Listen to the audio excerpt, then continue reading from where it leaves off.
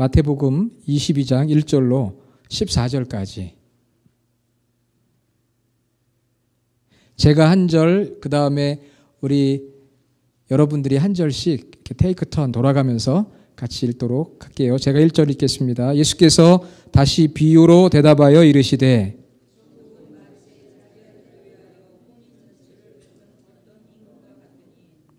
그 종들을 보내어 그 청한 사람들을 혼인잔치에 오라 하였더니 오기를 싫어하거늘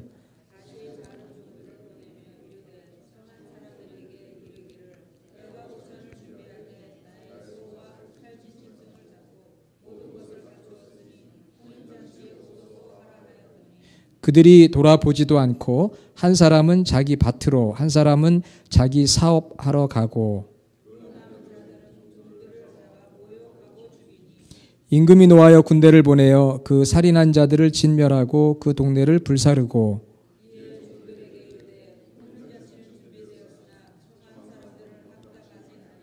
내거리 길에 가서 사람을 만나는 대로 혼인잔치에 청하여 오라 한대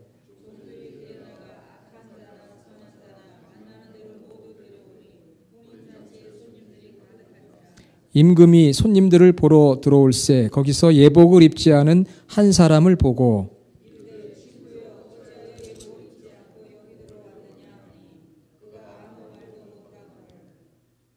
임금이 사환들에게 말하되 그 손발을 묶어 바깥 어두운 데에 내 던지라 거기서 슬피 울며 이를 갈게 되리라 하니라. 청함을 받은 자는 많되 택함을 입은 자는 적으니라. 아멘. 한번 따라해 봅시다. 청함을 받은 자는 많되 택함을 입은 자는 적으니라. 네. Many are invited, but few are chosen. 많은 사람들이 초대가 됐지만 소수만이 선택되었다. 주님의 비유의 말씀이죠. 우리 옆에 있는 분들과 같이 인사하겠습니다. 만나서 너무 감사합니다.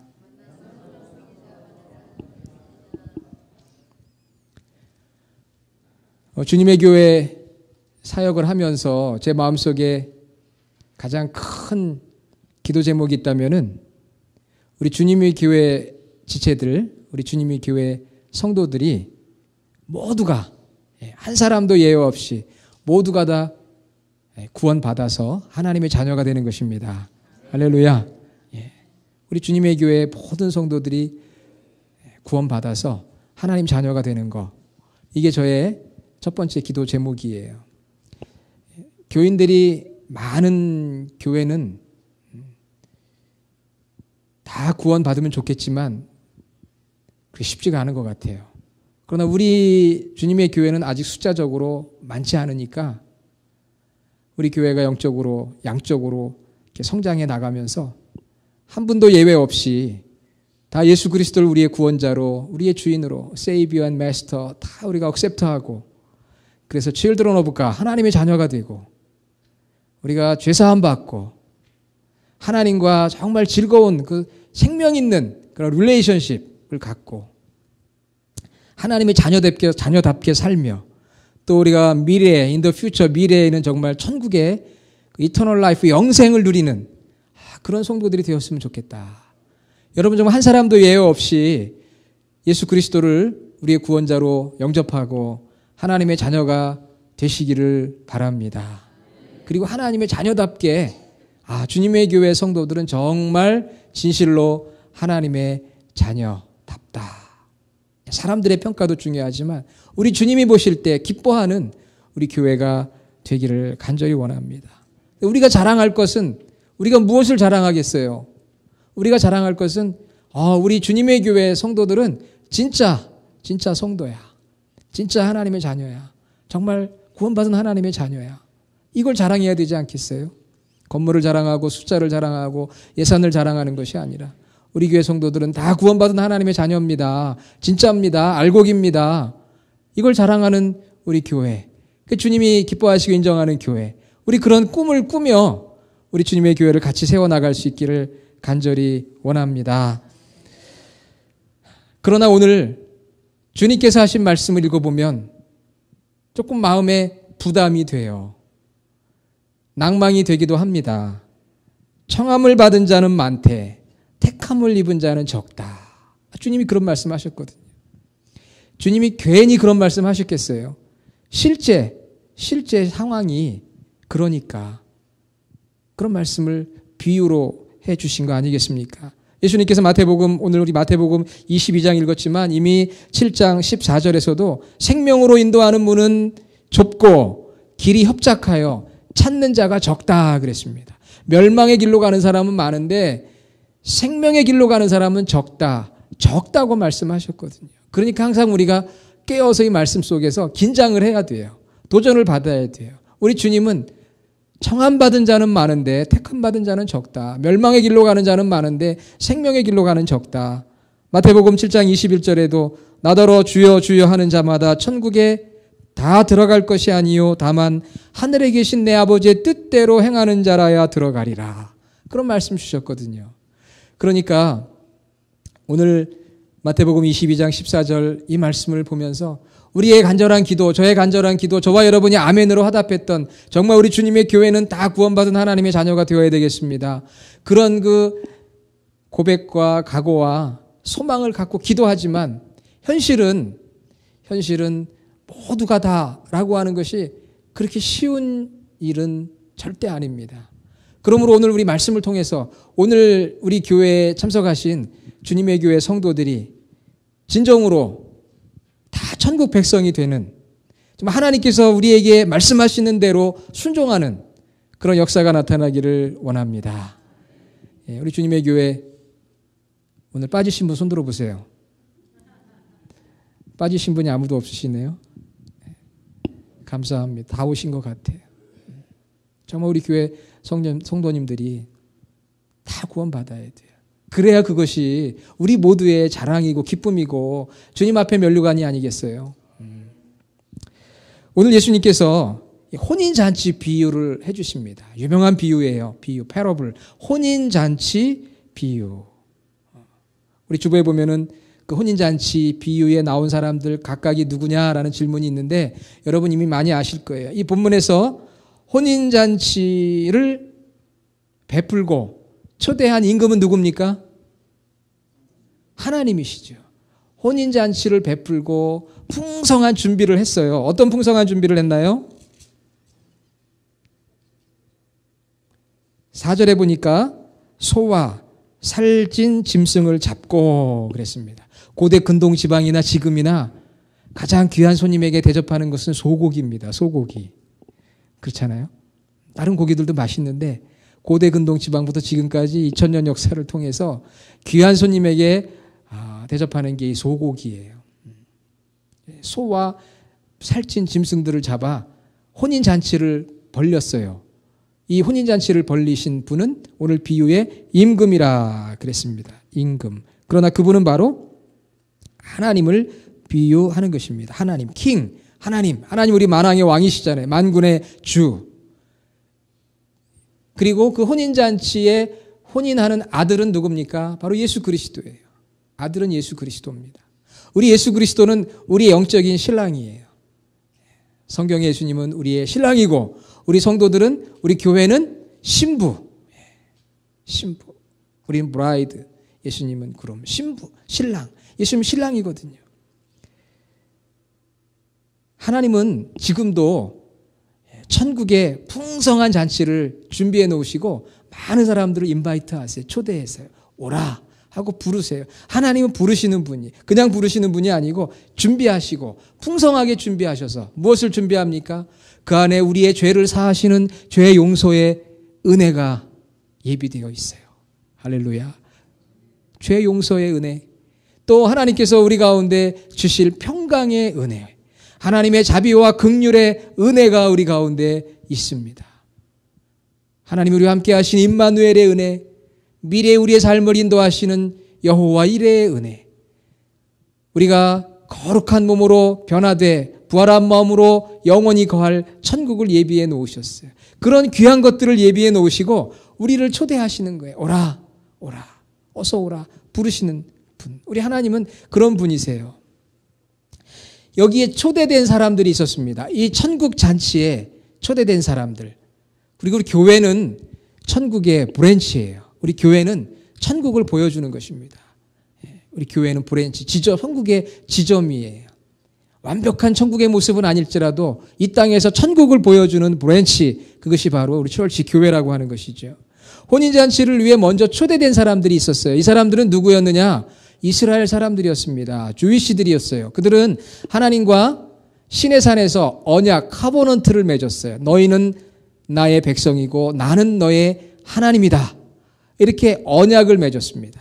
그리고 그 언약을 계속적으로 이루어가기 위해서는 하나님께서 허락하시는 율법을 지켜 순종해야만 그 언약이 유지가 되는 거예요. 언약, 커버넌트. 우리는 계약이라는 거 너무 잘 아시죠? 우리 부동산 하시는 장로님 계시지만 컨트랙을 하잖아요. 하나님과 우리가 약속한 것은 컨트랙이 아니고 커버넌트라고 그래요. 언약이라고 그래요. 언약이라는 것은 무엇이냐 하면은 내가 너에게 이런 사람이 되어주겠다. 너는 나에게 이런 사람이 되어달라.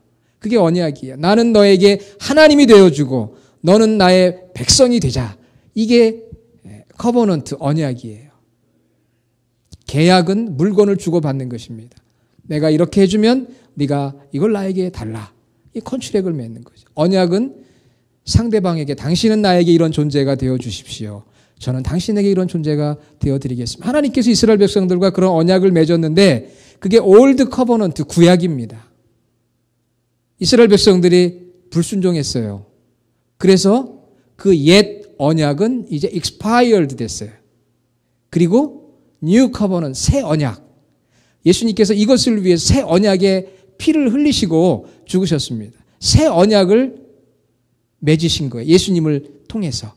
예전에 하나님께서 이스라엘 백성을 택하셔서 언약을 맺으셨지만 이제 그들이 불순종함으로 그 언약은 expired 되고 이제 예수님과 새로운 언약을 맺은 새 언약, new covenant. 그래서 우리가 뉴 이스라엘, 새로운 이스라엘이 된 거예요. 먼저는 하나님께서 유대인들을, 이스라엘을 초대했어요. 그 천국의 잔치에. 그런데 이들이 불순종했습니다.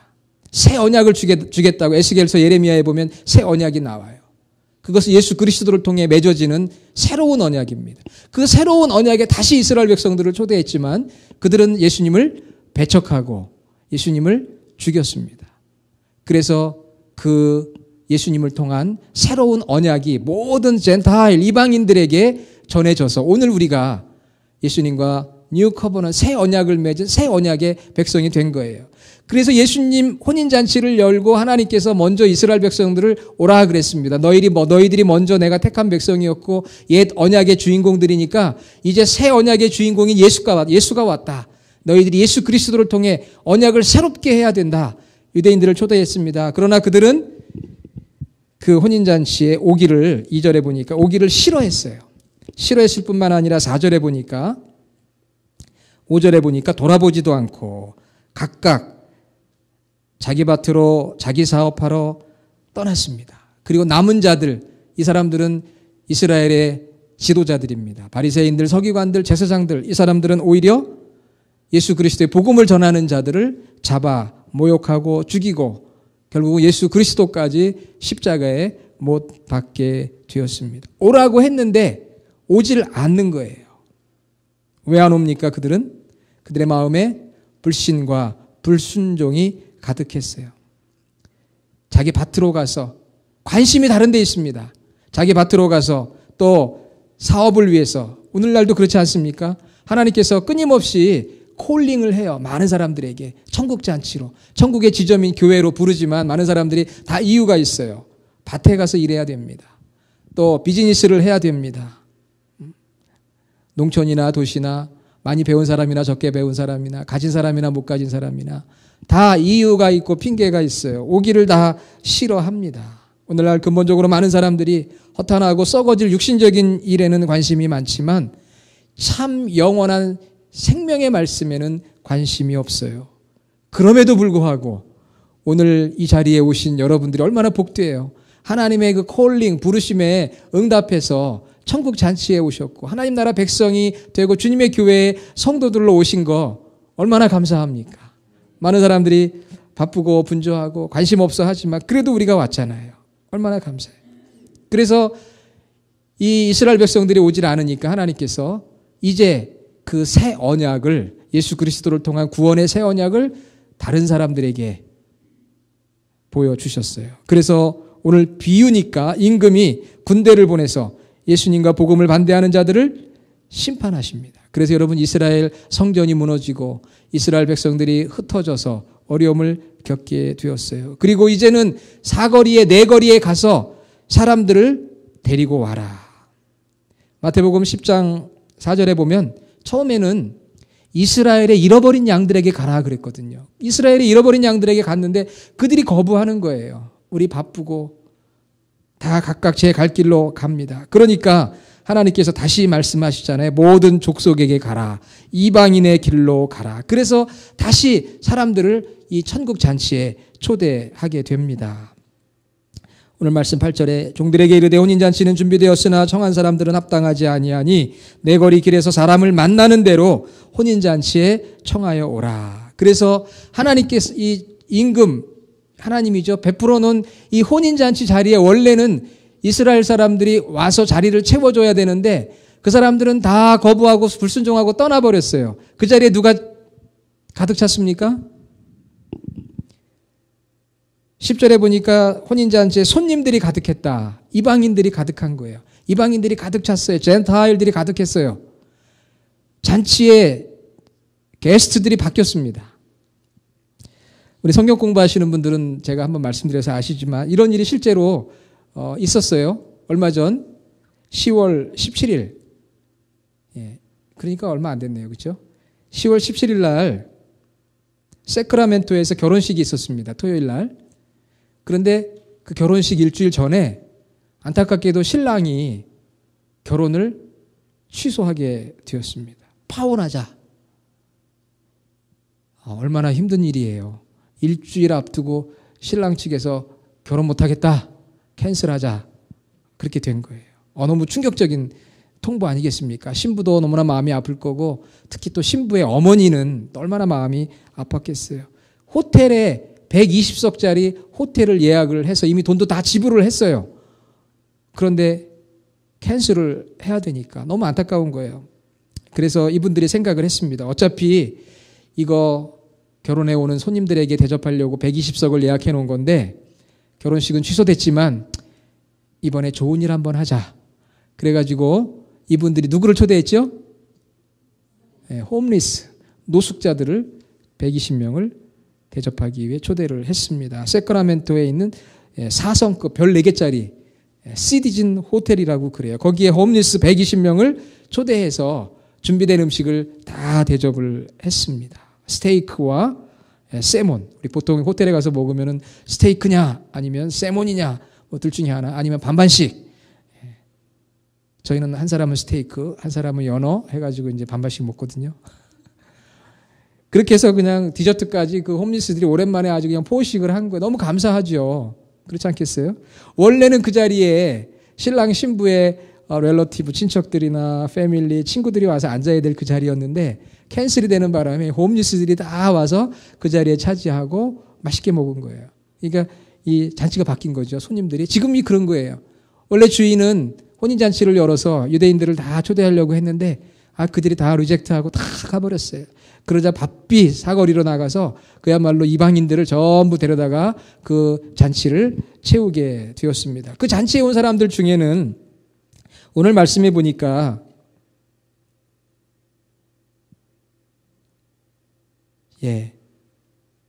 10절에 보니까 악한 자나 선한 자나 그러니까 별의별 사람들이 다 들어온 거예요. 여러분 하나님 나라 교회에는 별의별 사람이 다 들어오게 돼 있습니다.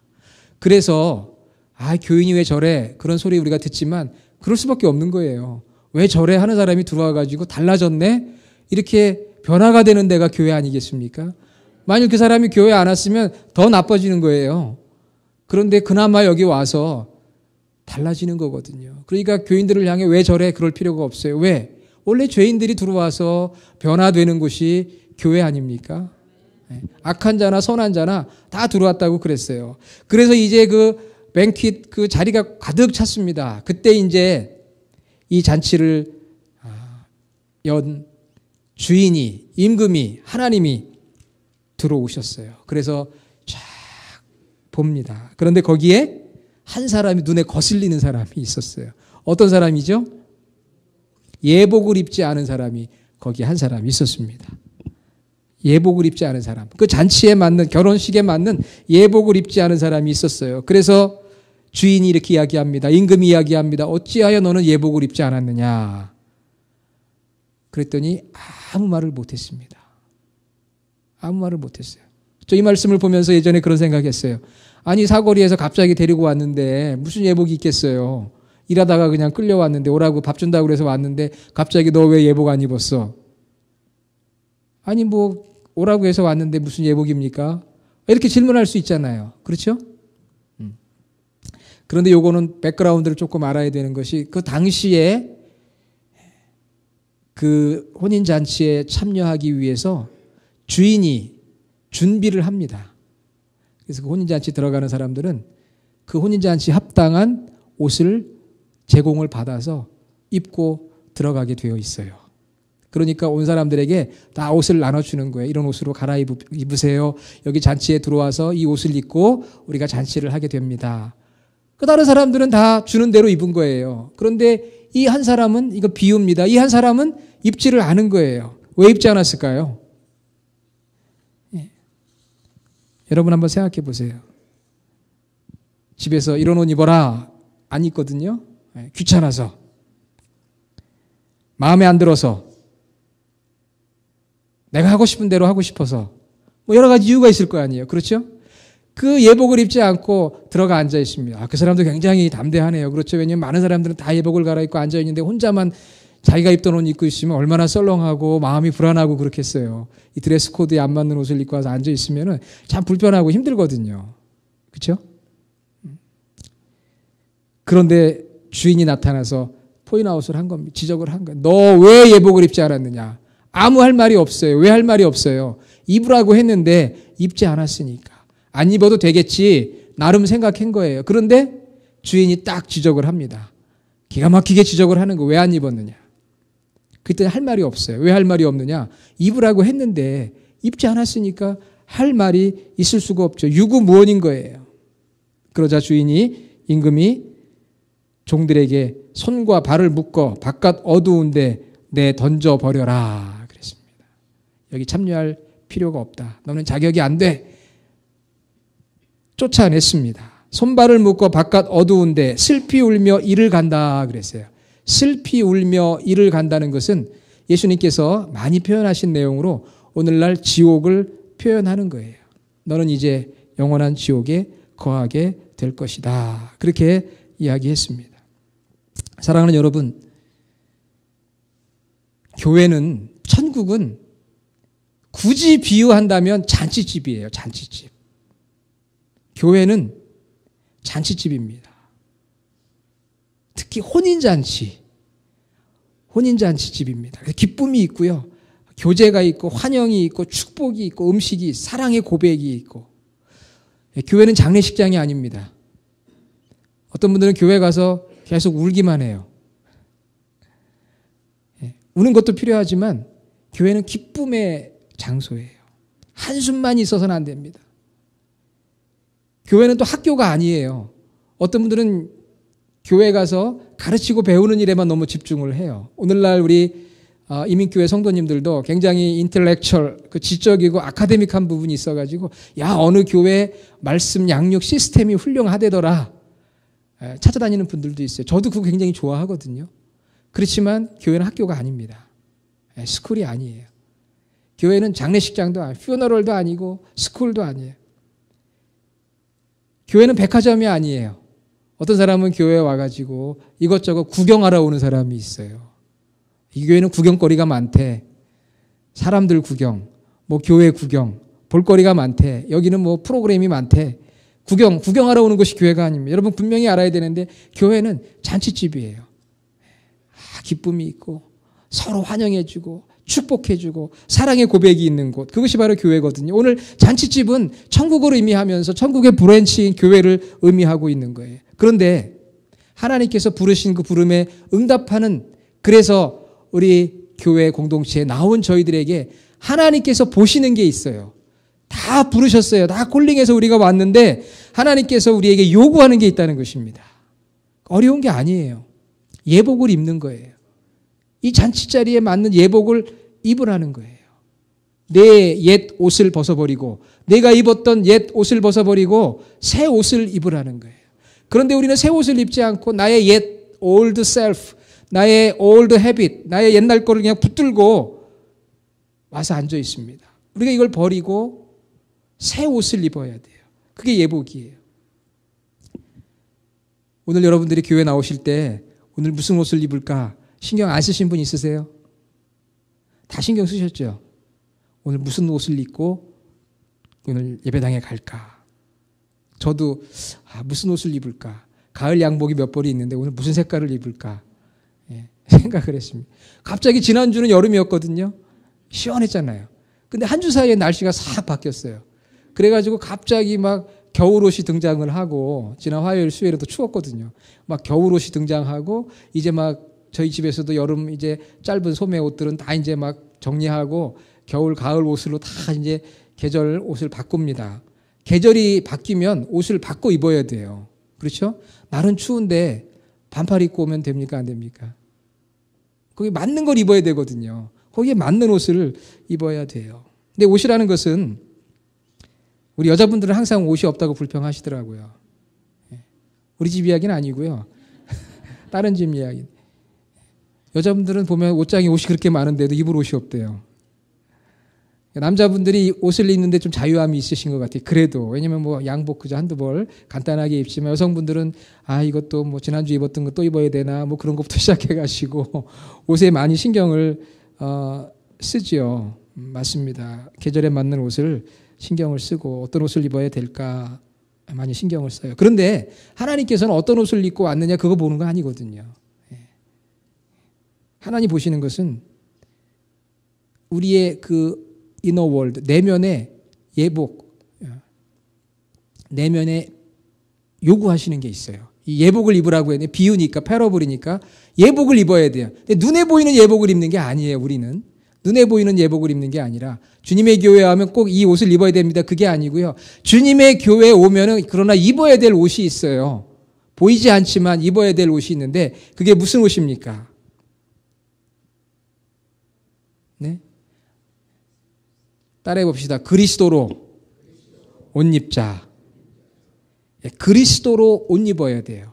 예수 그리스도로 옷 입어야 됩니다. 갈라디아서 3장 26절에서 27절에 보니까 너희가 다 믿음으로 말미암아 그리스도 예수 안에서 하나님의 아들이 되었으니 누구든지 그리스도로 합하기 위하여 세례를 받은 자는 그리스도로 옷 입었느니라. 좀 말이 이상해요. 그리스도로 옷 입는다? 다시 말해서 나를 내려놓고 예수 그리스도로 옷을 입어야 돼요. 예수 그리스도로 옷 입는다는 말씀이 뭔가 그거 이제 설명을 세 가지로 말씀을 드리려고 하는데 예수 그리스도로 옷 입는다는 걸 기억해야 돼요. 예수 그리스도를 입는다. 좀 우리가 많이 쓰지 않는 표현이죠. 예수 그리스도로 옷을 입는다. 제가 언젠가도 말씀드렸는데요. 얼마 전에 제가 그 신석구 목사님 이야기를 몇 번 했어요. 민족대표 33인 중에 한 분이고 공산주의 그 사회 속에서 믿음을 지키다 순교하신 그 목사님이 어느 날 환상을 보게 됩니다. 꿈에서 환상을 봤어요. 어떤 환상을 봤느냐? 본인이 이렇게 하늘로 올라가는 꿈을 꾼 거예요. 그런데 저 하늘에 구멍이 하나 있다. 홀이 하나가 딱 있어요. 작은 스몰 홀이 하나 있는데 거기를 빠져나가려고 하는데 도무지 빠져나갈 수가 없더라는 거예요. 하늘에 그 작은 홀을 들어가야 되는데 아무리 애를 써도 들어갈 수가 없더래요. 꿈속에서 보면은 참 막 애는 쓰는데 안 되는 게 있더라고요. 꿈속에서. 그렇죠? 그래가지고 막 애를 쓰다가 딱 깨어나가지고 꿈이구나. 다행이다. 제가 지난주도 말씀드렸잖아요. 수학 문제를 막 그냥 풀려고 하다가 못 풀어가지고 막 그냥 안타까워하다. 저희가 못 풀면 고등학교 졸업 못하는데 막 그러다가 그냥 깼어요. 깨고 나니까 고등학교 졸업했더라고요. 얼마나 감사한지. 이 신석구 목사님이 그 작은 홀을 들어가야 되는데 못 들어가더래요. 그래가지고 그 꿈속에서 딱 감동이 오는데 예수님의 피, Jesus blood, 예수님의 피 그랬대요. 그랬더니요 그 홀이 쫙 열리면서 그냥 몸이 그냥 쑥 빠져나가더래요. 할렐루야. 천국 꿈을 꾼 거예요. 천국, 하나님의 나라 어떻게 들어가느냐? 예수 그리스도로 옷 입는 거예요. 예수 그리스도 보혈의 피로 죄사함을 받고 그분이 나의 죄를 위해 희생 제물이 되셨다는 것을 믿고 그 예수님을 내가 내 마음속에 영접하고 내가 그래서 예수님과 하나 되어졌을 때 그 나라 천국에 가게 되는 것입니다. 예복을 입는다는 것은 예수 그리스도를 입는 거예요. 오늘 주님께서 이 자리에 와서 여러분을 바라볼 때 예수 그리스도로 옷 입은 성도들이 있는가 하면 아직도 그냥 내 옛 옷을 입고 그냥 내가 그대로 있다면 우리 주님이 얼마나 안타까워 하시겠어요. 나로 옷 입는 자가 되어야 천국 백성이 되는데 주님은 보이지 않고 내 육신만 영적으로 보인다면 주님이 얼마나 안타까워 하겠어요. 기다리시지만 마지막 때에는 우리도 어쩔 수 없이 하나님의 천국 혼인잔치에 참여하지 못하고 영원히 버림받을 수밖에 없는 어둠 가운데 처할 수밖에 없는 인생이 될 수밖에 없습니다. 그러므로 저와 여러분들이 예수 그리스도로 옷 입는 성도가 되어야 합니다. 로마서 13장 14절에 오직 주 예수 그리스도로 옷 입어라. 주님으로 옷 입으라는 말씀이 나와요. 로마서 13장 14절 오직 주 예수 그리스도로 옷 입어라. 예수 그리스도로 옷 입어야만 우리가 구원받은 하나님의 천국 백성이 되는 줄로 믿습니다. 그러면 예수 그리스도로 옷 입는다는 것은 구체적으로 어떻게 옷을 입어야 되느냐. 오늘 여러분들이 옷을 입고 왔는데요. 그래도 날씨가 오늘 그렇게 춥지는 않으니까 뭐 하나 두 개 입지만 날이 더 추우면 여기다 외투까지 입잖아요. 그런데 제가 이 말씀을 생각해 보면서 예수 그리스도로 옷 입는다는 것은 세 가지를 거기 제가 주보에 나와 있는데 세 가지 옷을 입는다 이런 것보다는 한 가지 옷인데 그 펑션이 세 가지가 되는 거예요. 기능성 옷. 여러분 기능성 옷이라는 거 들어보셨어요? 처음 들어보신 것 같은데 다 아시겠죠? 여러분 이런 거예요. 옷이 있는데 이 제 옷은 이 양복은 기능성 옷이 아니에요. 자, 옷이 하나 있는데 어떤 기능이 있느냐 하면 이 옷은 자외선을 차단하는 옷이에요. 그런 옷이 있죠? 완전 100% 자외선을 차단합니다. 그런 기능이 있는 옷이 있어요. 두 번째는 비가 와도 젖지 않아요. 방수. 두 번째 기능. 이거는 비 오면 다 묻거든요. 이거 자외선 차단 옷도 아니에요. 그런데 자외선을 차단하고 비가 와도 방수하는 기능을 가지고 있고 마지막 세 번째는 놀라운 건데요. 추우면 몸에서 이 옷에서 열이 나요. 따뜻해져요. 그래가지고 날씨에 따라서 날씨가 이제 추워지면 자동으로 발열 현상이 일어나가지고 따뜻하게 되고 날이 너무 더우면 또 옷이 시원해지고 그런 옷이 나오면 잘 팔릴 것 같은데 이 세 가지 기능을 한번 생각해 봤어요. 햇볕을 막아주고 비를 막아주고 추위에는 따뜻하고 또 날이 따뜻하면 시원해지는 기능성 세 가지 옷을 가진 옷이 여기 있다. 여러분 그런 옷 입고 싶으세요? 안 입고 싶으세요? 아무 생각이 없으세요? 제 양복이 만일 그런 기능을 가지고 있다면 지금 입고 있는 옷보다 낫겠죠. 비가 올 때 묻지도 않고 추우면 따뜻하게 해주고 또 시원하게 해주니까 이 예수 그리스도로 옷 입는다는 게 뭘까? 세 가지 옷인데요. 세 가지 옷을 겹쳐서 새 옷을 입자가 아니라 우리가 예수 그리스도를 정말 우리 안에 영접하게 되면 우리 안에서 일어나는 놀라운 일들이 있어요. 첫 번째는 뭐냐? 의입니다. 의의 옷, righteousness. 우리가 예수님 우리 안에 영접하게 되면 죄인된 우리가 의로워져요. 의의 옷이에요. 예수 그리스도로 옷 입는다는 게 의의 옷을 입는 것입니다. 갈라디아서 아까 말씀 읽은 대로 3장 26절 27절 믿음으로 말미암아 예수 그리스도 안에서 하나님의 아들이 되었으니 그리스도로 옷 입는 예수 그리스도를 구원자로 믿으면 죄사함 받고 거룩한 삶을 살게 돼요. 그러니까 예수님을 우리가 영접하면 예수님의 옷을 입는다는 건 주님을 영접하는 걸 말하는데 주님을 영접함으로 인해서 내가 의로워집니다. righteousness, 의로워져요. 두 번째는 순종의 옷입니다. 예수님을 우리가 영접하고 예수의 영이신 성령님이 우리 안에 내주하시게 되면 우리가 하나님의 말씀을 지켜 순종할 수 있게 돼요. 옛 언약의 백성들은 율법에 순종했습니다. 그러나 율법에 순종할 수 있는 능력이 없었어요.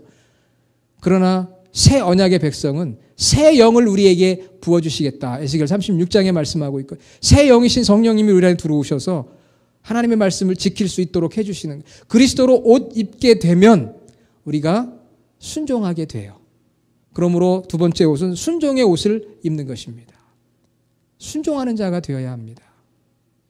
하나님께서 이스라엘 백성들을 버린 것은 불순종했기 때문이에요. 순종의 옷. 세 번째는 승리의 옷입니다. 승리예요. 빅토리, 승리. 예수님은 사단과 영적 싸움에서 승리하셨어요. 그래서 이 승리의 옷을 우리가 다른 말로 표현하면 하나님의 전신갑주라고 할 수가 있어요. 에베소서 6장 10절에 주 안에서 그의 힘의 능력으로 강건하여지고 마귀의 관계를 대적하기 위하여 하나님의 전신갑주를 입으라. 승리의 옷. 우리가 예수님으로 옷 입게 되면 그게 우리에게 승리를 가져다 준다는 거예요.